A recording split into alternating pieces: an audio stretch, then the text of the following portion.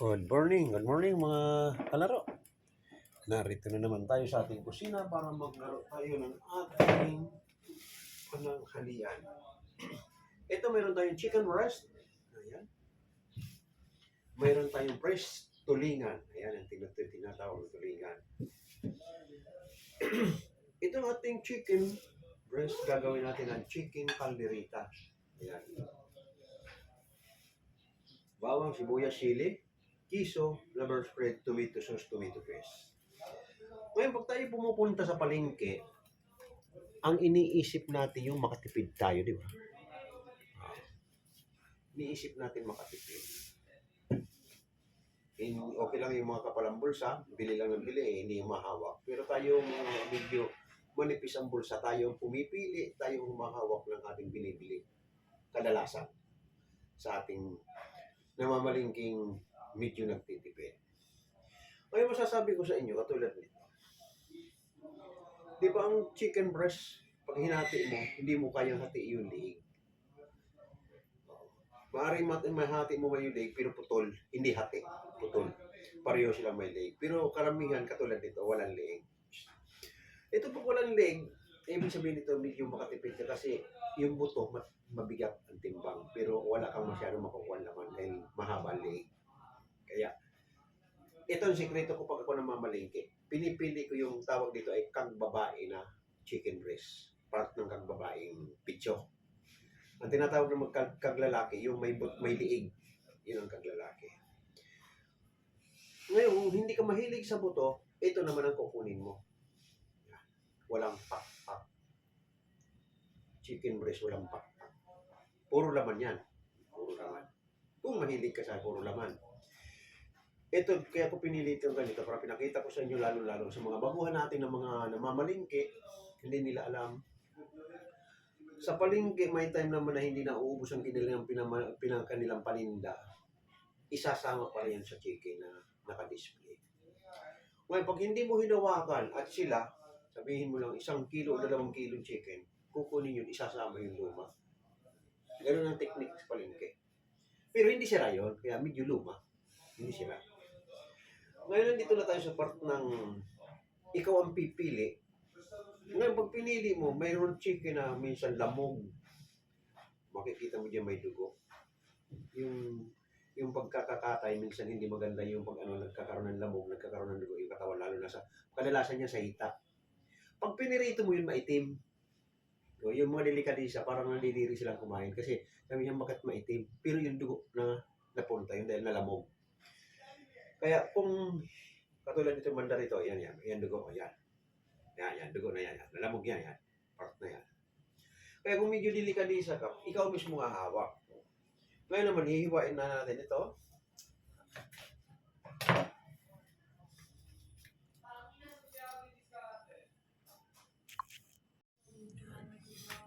Ang ating chicken calderita, hihiwain na natin ito. Nagkakahalaga ito ng 180. 3 pitso, isang pakpak.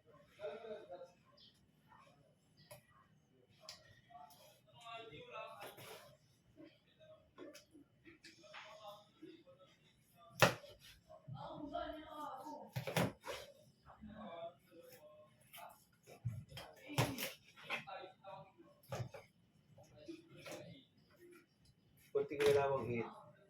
Ang isang pitso kakain ay 2 tao. Ay, 3 tao. Yan, 3 tao. May sobrang isang hiwa.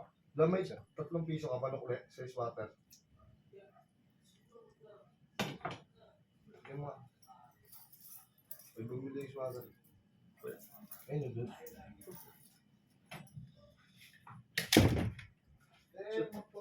So, 9 servings ito. 9 servings ito, 3 pitso.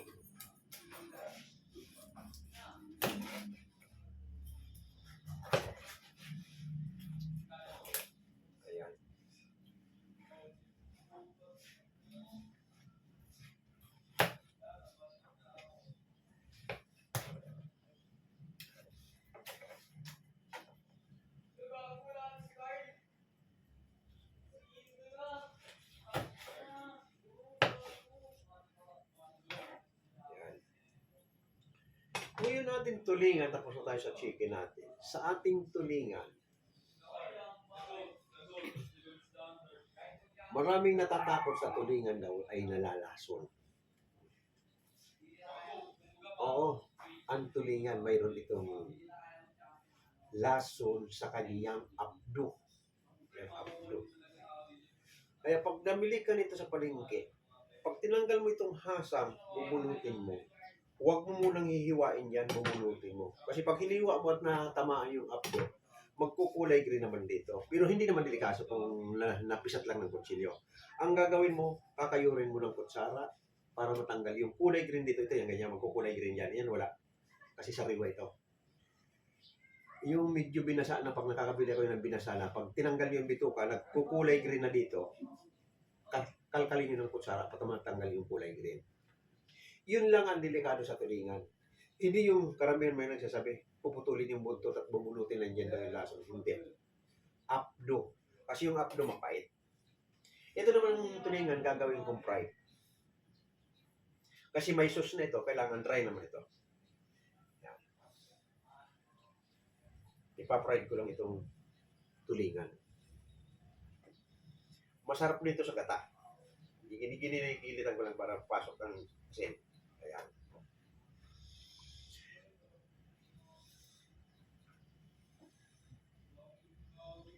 Ngayon, ang tulingan, karamihan dito, ang pinaka-espesyal, talaga, sinaing na tulingan. Usok-usok rito sa bandang Batangas, sa Katagalugan. Yan ang tinatawag nila, sinaing na tulingan. Pero naman kami sa Bicol, kahit anong luto, pero masarap talaga nito. Lagi ay inihaw, tapos lalagay mo sa mga gulay. Yan pala natin, kasi malasa ito. Ihawin mo, lagay mo sa langka, laing, sa gabi, talbos ng kamuting kahoy. Basta, itong tulingan, masarap itong panggata na gulay. Ayan, isang nga hindi nakakalam. Maghawig lang silang dalawa ng yellow pen. Kaya lang yung yellow pen, medyo may kabigatan sa bulsa. Malam, yellow pen. Medyo mura-mura itong tulingan. Pero kung naghanap ka ng panlahok lang ng mga katulad ng langka, gabi, talbos ng kamuting kahoy, o talbos mo ng kamuti, o malunggay, number 1 ang tulingan. Okay na ang panalo natin sa tulingan. Pero ito sa akin, i-fried ko kasi may sauce yung kaldereta ko. Ngayon natin kaldereta naman. Pag tayo nagkakaldereta, manok, baka, baboy, kambing, pato, marami tayong nagagawang kaldereta. So kung nagkakaldereta tayo, laging hindi nawawala itong liver spread at kiso at itong sili. Lagi nandiyan sa kaldereta yan. At lalong-lalo ng tomato sauce at tomato paste. Yung ibang mga baguhan hindi sanay na gumagamit pa ng tomato paste. Ang tomato paste, combine talaga yan ng tomato sauce kasi medyo maasim ang tomato paste. At ang tomato sauce naman ay manamis-namis. Kaya pag kinumbine mo yung dalawa na yan, okay ang lasa. Ay, pag nagigisa tayo ng pangkaldereta, ginisa na natin yan. Lalagyan natin ng soy sauce. Ang style ko naman yan, hanggat hindi maluto yung karne, pakukuloyin ko lang na ginisa dito sa tuyo. Pag chicken, wala ng tubig yan. Diretso na. Pero pag baboy, at ginisa mo baboy ka ng baka, pag ginisa mo at nilagyan mo tuyo, kailangan mo mag-additional ng tubig. Bakit ka? Kasi matitigas parte na yon. Itong manok, sandali lang ito, hindi ito matigas. Kaya direkta ko na yan, pag nilagyan ko tomato sauce at nahalo ko na kumulot, lalagyan ko ng tomato sauce. Ang tomato sauce sa ating mga baguhan, nilalagay natin ang tomato sauce, tomato paste. Pag malapit nang tatanggalin natin sa apoy. Kung nga 2 kuluan na lang, tatanggalin na natin sa apoy. At huwag nang tigilan ng halo. Kasi pag tinigilan mo ng halo yun, didikit yun, masusunog. Pag sunog yung kaldero mo, lalo pag maninipis sa kasirola ang paglulutuan mo, pangit yung lasang sunog. Yan ang tandaan nyo sa ating mga baguhan, hindi pwedeng hindi mo siya haluin pag nilagyan mo na ng tomato sauce at tomato paste. O, panay-panay ng halo mo lang kasi didikit yun. Pag dumikit, iba na ang amoy pag nasunog. Lalong sunog na sunog, iba na ang amoy. Ganun ang style ng ating pagluluto ng kaldereta. Ngayon sa ating mga baguhan, ang pinakamasarap na iluto ng kaldereta, lalong-lalo na pag baka, may buto-buto. At haluan mo naman ng may yellow pot na part ng laman. Ibang karni ng baka may yellow pot na may laman. Ayun ang masarap ng pangkaldereta. May buto-buto ka na at may yellow pot ka pang may laman. Ayun. Tapos malapot-lapot na yun sa mga panangkap, malapot-lapot na. Yun ang masarap na kaldereta. Ang iba niya nilalagyan nila ng black olive o kaya green olive. Mga pang international ng recipe sa kaldereta. Pero nang pure talaga sa atin, Tagalog, minsan may sidings pa yan, papatungan mo lang ng patatas. Kasi pag hinalo mo lang yung patatas at saka carrots, hindi na kaldereta yun. Ang tawag na yun ay apretada. Kaya ang kaldereta ay plain, walang vegetables na kahalo, kundi ito mga panggisa lang. Okay, punta na tayo sa kusina at umpisahan na natin ang pagluluto. Okay, ito na. Ginigisa na natin ang bawang. Ayan.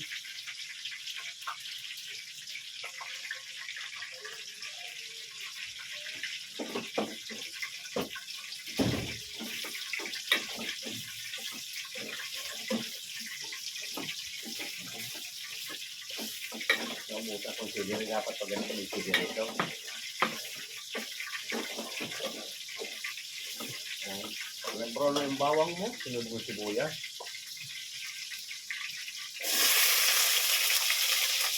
Ayan.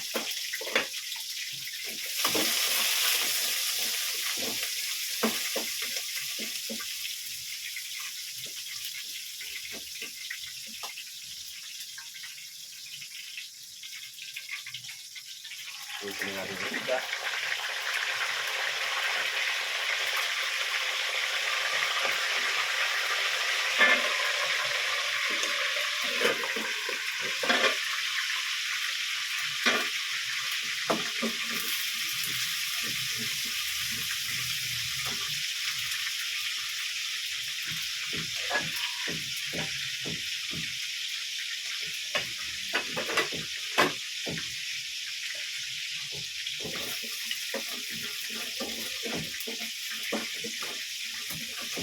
Ayan, pag purono yung sibuyas at bawang, dapat may sili rin, dapat yan. Nakalimutan ko yung sili rin. Naubusan ako. Isunod mo na ang chicken. Kahit anong klaseng ikakaldereta mo, baboy man, baka, ganun po ang prosedure, ha? Sa ating mga bakuhan, ganun ang simula. Igisa mo bawang, sibuyas at sili. Wala lang ito sili. Pwede naman kahit walang sili. Yan. Para mabango, takpan mo muna para isang kulo lang.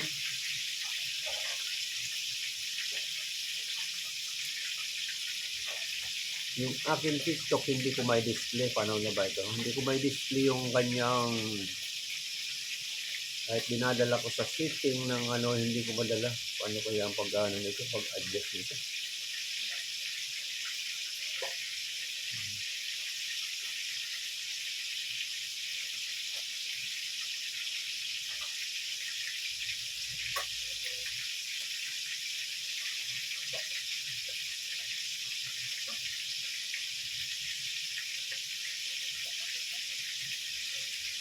Sound music. Makita ng ano dito para mapalaki ko ang screen.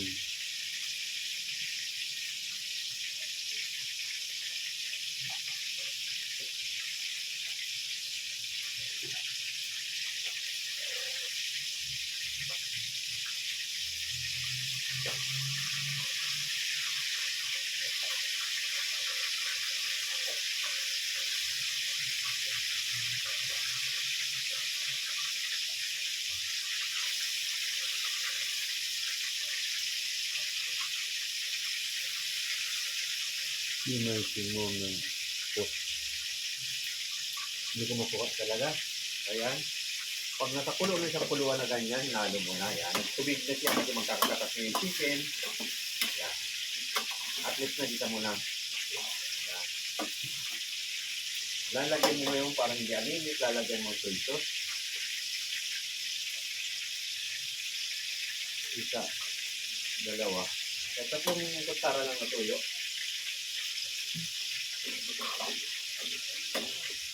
Yan, para hindi anemic yung kulay ng karne. Okay, takpan mo lang.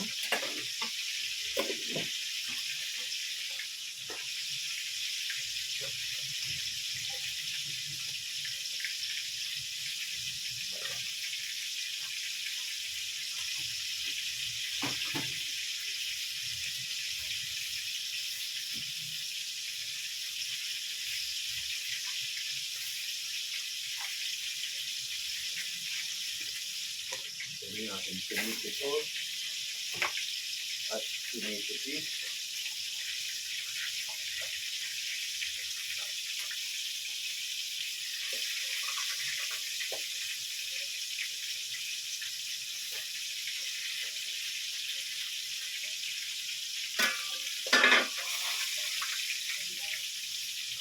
Hindi ko makuha ang setting ng aking cellphone para mag-display.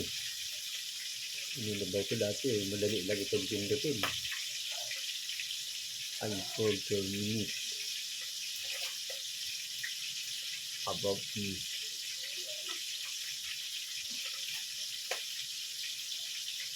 Welcome to my life. See you in 2012.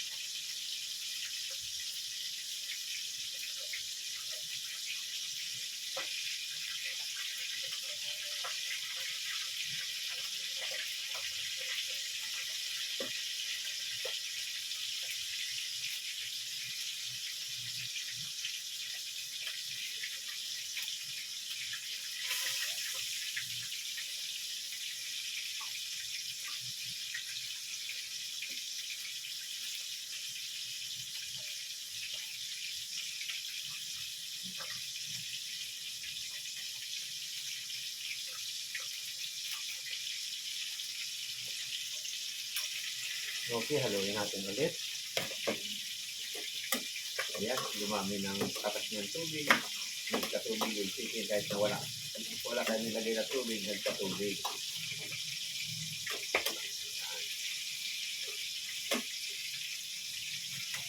Hinahan lang natin ang apoy para hindi matuyo.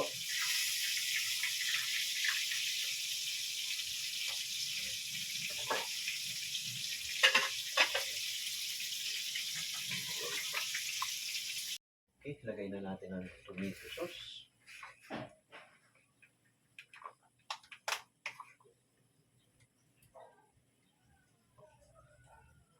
Lagay na natin ang tomato sauce.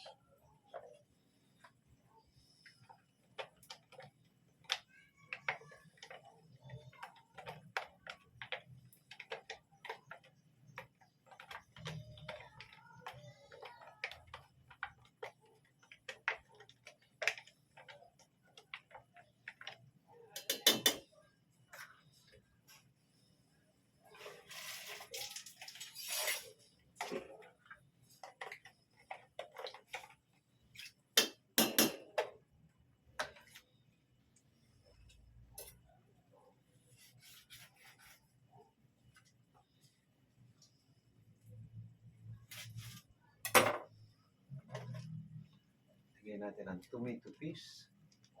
Lagyan natin ito po, ginamit ko na isang araw. Pangit na marami nito. Medyo maasim. Ayan.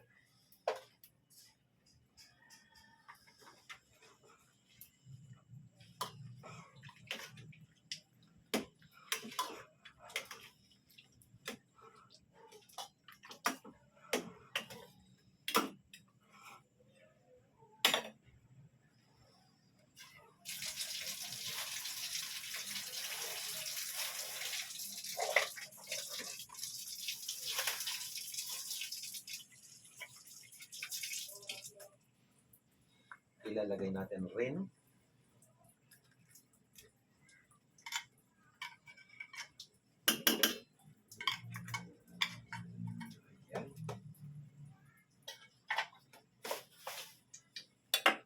Ilagay na natin mga sili.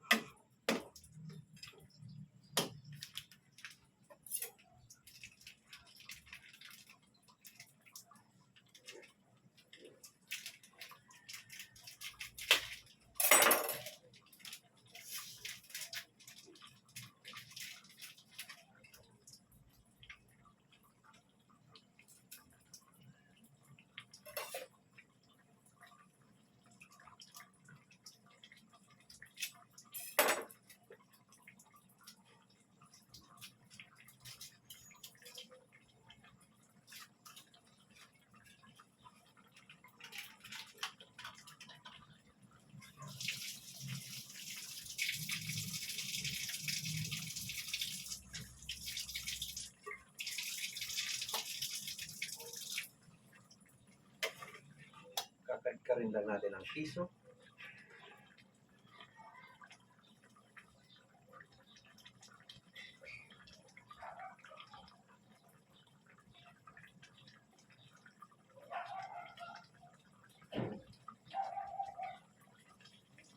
Ayan.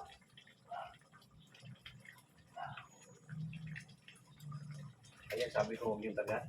Tigilan ng halo kasi maninikit na. Yan, dumidikit-dikit na. Oh. Hihinaan natin ang apoy para ma-reduce pa ang sauce. Ayan.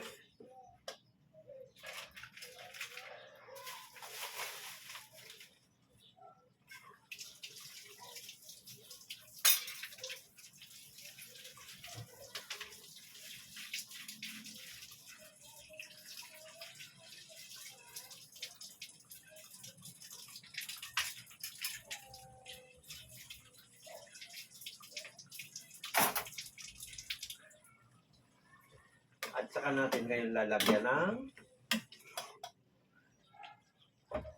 paminta.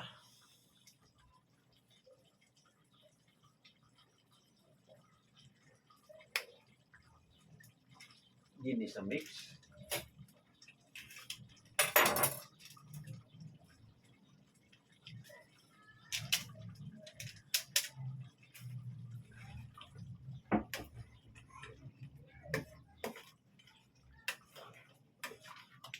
Ayan, lumapot na ang sauce dahil sa rino at piso.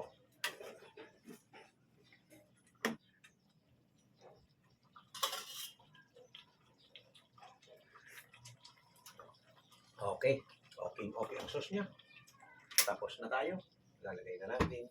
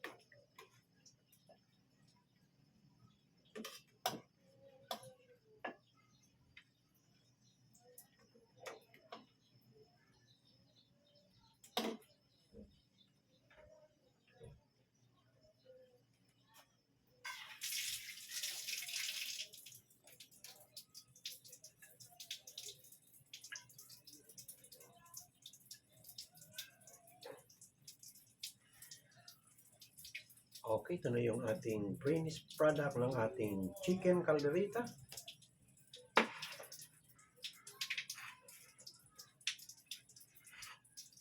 At ito naman yung ating fried tulingan. Okay, dali na natin sa dining. Doon na tayo sa dining. Okay, ito na yung ating finished product ng chicken caldereta at fried tulingan. Okay, tikman na natin. Oo nga pala, lagi naman ako ngayon ay wheat bread ang aking kinakain at nag-iingat natin sa ating kalusugan at undawin na raw ang aking pagkakadiabetic. Pero ang diabetic namin, ang nanay ko inabot ng 95 years old kaya hindi ako kinakabahan sa aking diabetic. Ang diabetic ko sana gumaya lang sa nanay ko. Yan ang panalangin ko. Pero ganun pa man, hindi pa man ako diabetic at hindi pa ako nag-maintenance ng diabetic. Advice na sa akin ng doktor ko ay medyo iwas-iwasan sa mga pagkain na nakakapagpataas ng blood sugar. Tulad ng rice.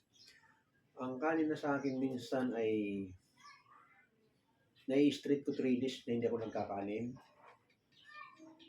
Kung magkanin man ako ay tanghali lang. Umaga at sa kagabihan, laging wheat bread lang aking kinakain. Tingnan natin ito.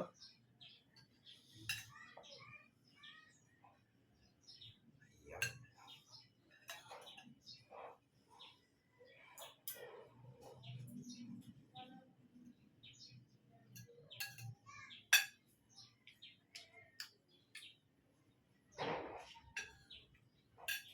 Okay yung lasa atin natin. Chicken calderita.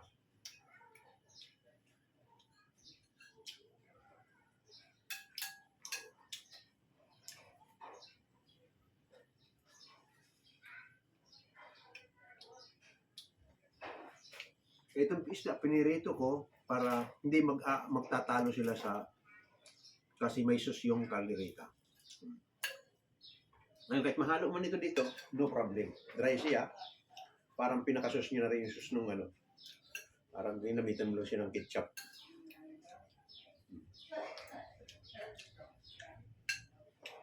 Ito nga pala kakampart ng tulingan sa bandang tiyan. Yan. Pag kinuha mo yung nadurog yung apdo, magkukulay green dito sa part na ito. Pag kinain mo, mapait. Lahat ng isda hindi delikado, pero ang tulingan lang talaga. Pag mapait, huwag mo nang ituloy ng pagkain.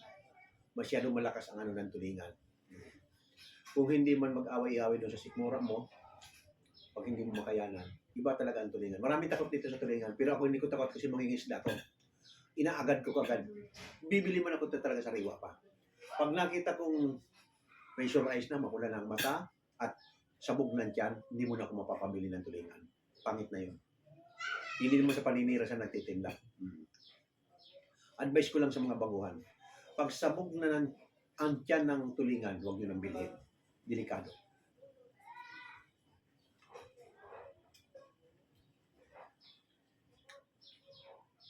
Pero tayo naman na mangingisda, hindi natin maiwasan yan na medyo sasabog yung tiyan kasi matagal na. Ginagawa ko dyan, daing. Idaing mo at tanggalin mo mabuti yung kulay green sa bito. Kahit na hindi mo man idaing iluto mo, okay lang basta marunong ka maglinis.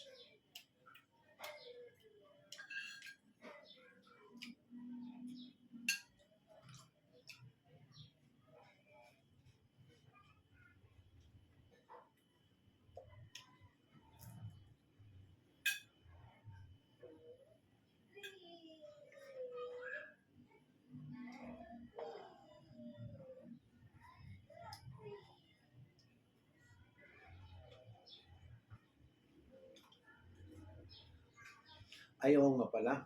Marami atang nag-antay sa akin ng Monday sa aking live cooking kasi MWF. I'm very sorry nga pala sa mga nag-aantay na gustong subaybayan yung aking tutorial live cooking. Oo, hindi ako nakapagpaalam sa inyo kasi may importante akong pinunta ng Monday. Napaka-importante. Kaya, hindi ako nakapag-live cooking.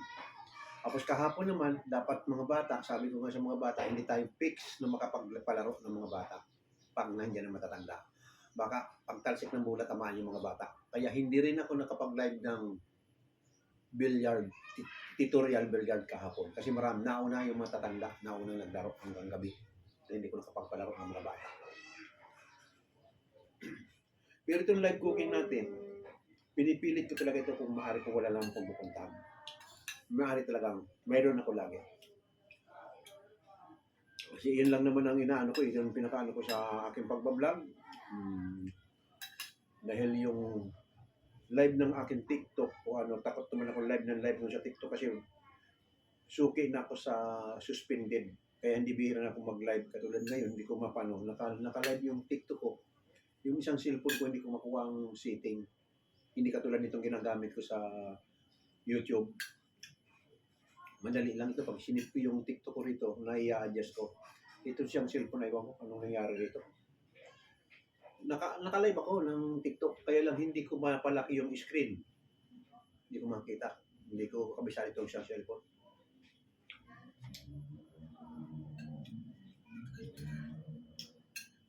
Sus pa lang, ulam na. Lalo-lalo sa wheat bread. Ayun dyan naman yung nagdadala dyan yung kiso at saka liver spread. Liver spread na pinapalamanan natin yung tinapay. Masarap ang lasa.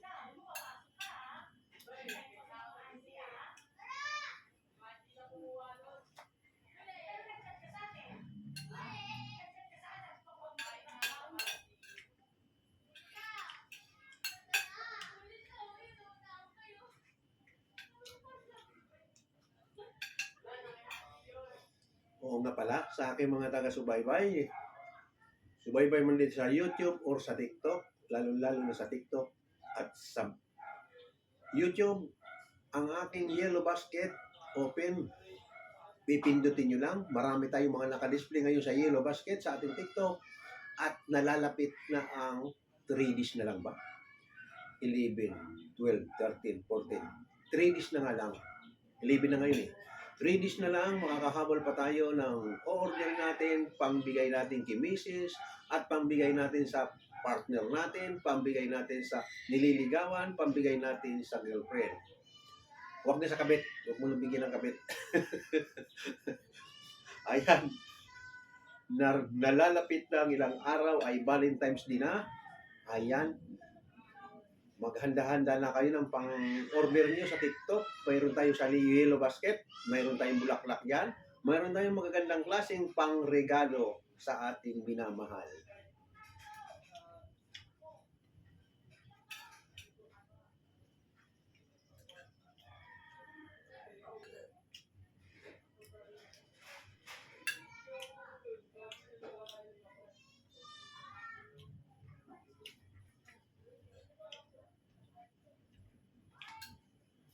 One more power. Nasarapan ako. Hindi ko naubos yung 2 hiwang kaldereta. Naubos ko na yung isang 2 slice na wheat bread.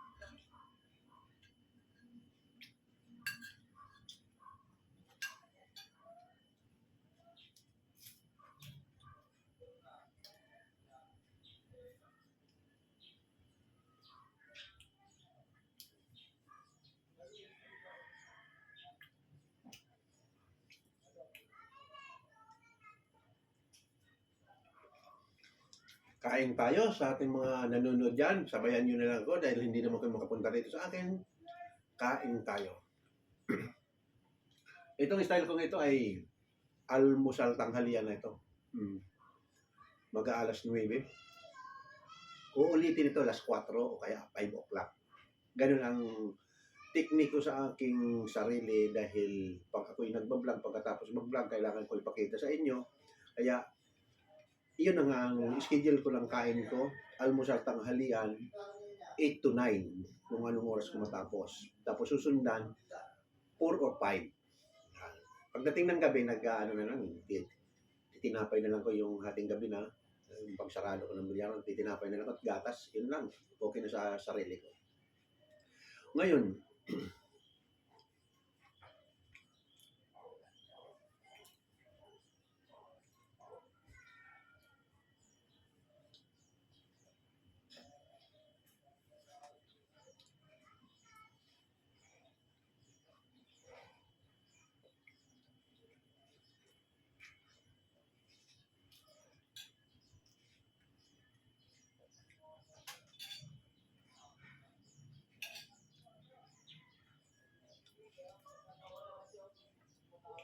okay, sa ating mga manonood at lalong-lalo na yung mga sumusunod sa ating ginagawang tutorial live cooking, maraming salamat at tapos na naman tayo sa isang araw. Susundan na naman ito ay sa Friday. Okay? Maraming salamat. Bye-bye sa inyo lahat yan. At thank you sa mga sumusubaybay. Maraming salamat. Huwag kalimutan pindutin ang subscribe button at like. Maraming salamat.